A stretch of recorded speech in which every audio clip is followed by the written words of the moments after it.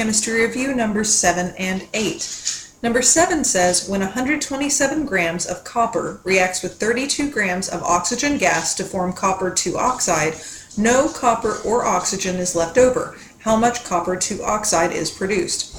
And I look up here at my reaction. So here I have copper, and if I'm not sure that that's copper, I can look at my periodic table here and see that Cu is copper.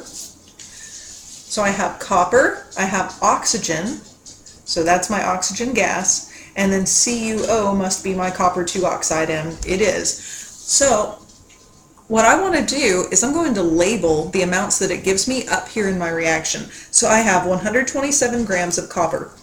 So I'm going to put that here, 127 grams. And then it says it reacts with 32 grams of oxygen gas. There's my 32 grams.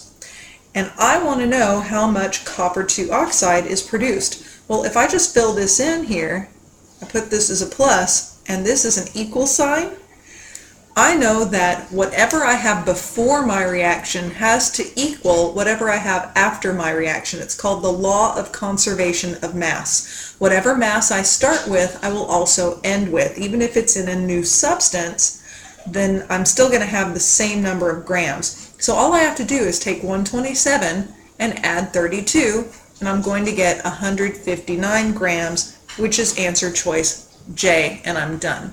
It really is that simple. Alright, number 8 says aluminum metal and oxygen gas combine to produce aluminum oxide, Al2O3. Which of these is the balanced equation for this reaction? So I want to know which one of these is balanced.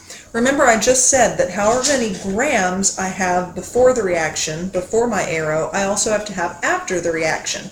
Well, the same thing is true of number of atoms. If you've ever done balancing equations before, you know that you have to have the same number of atoms on the left-hand side of the arrow as you do on the right for each type of element. So I'm going to just check these one at a time and see if they're balanced.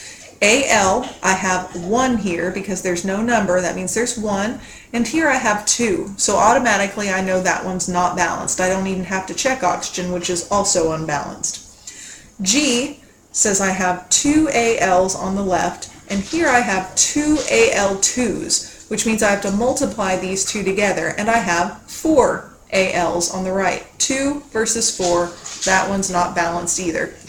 And just so you know, I have 4 O's versus 6 O's because I have this 2 up front. 2 times 3 is 6, so that's definitely not balanced. Here, H, 2 Al, and on the right-hand side, I have 5 times 2 would be 10 Al. Well, that's not balanced either.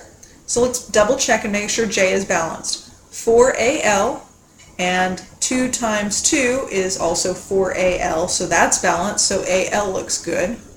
And then I'm going to check my O's. 3 O2s means 3 times 2 is 6. And then I have 2 O3s. Don't forget, this number in front, it's called the coefficient, goes with everything in that compound.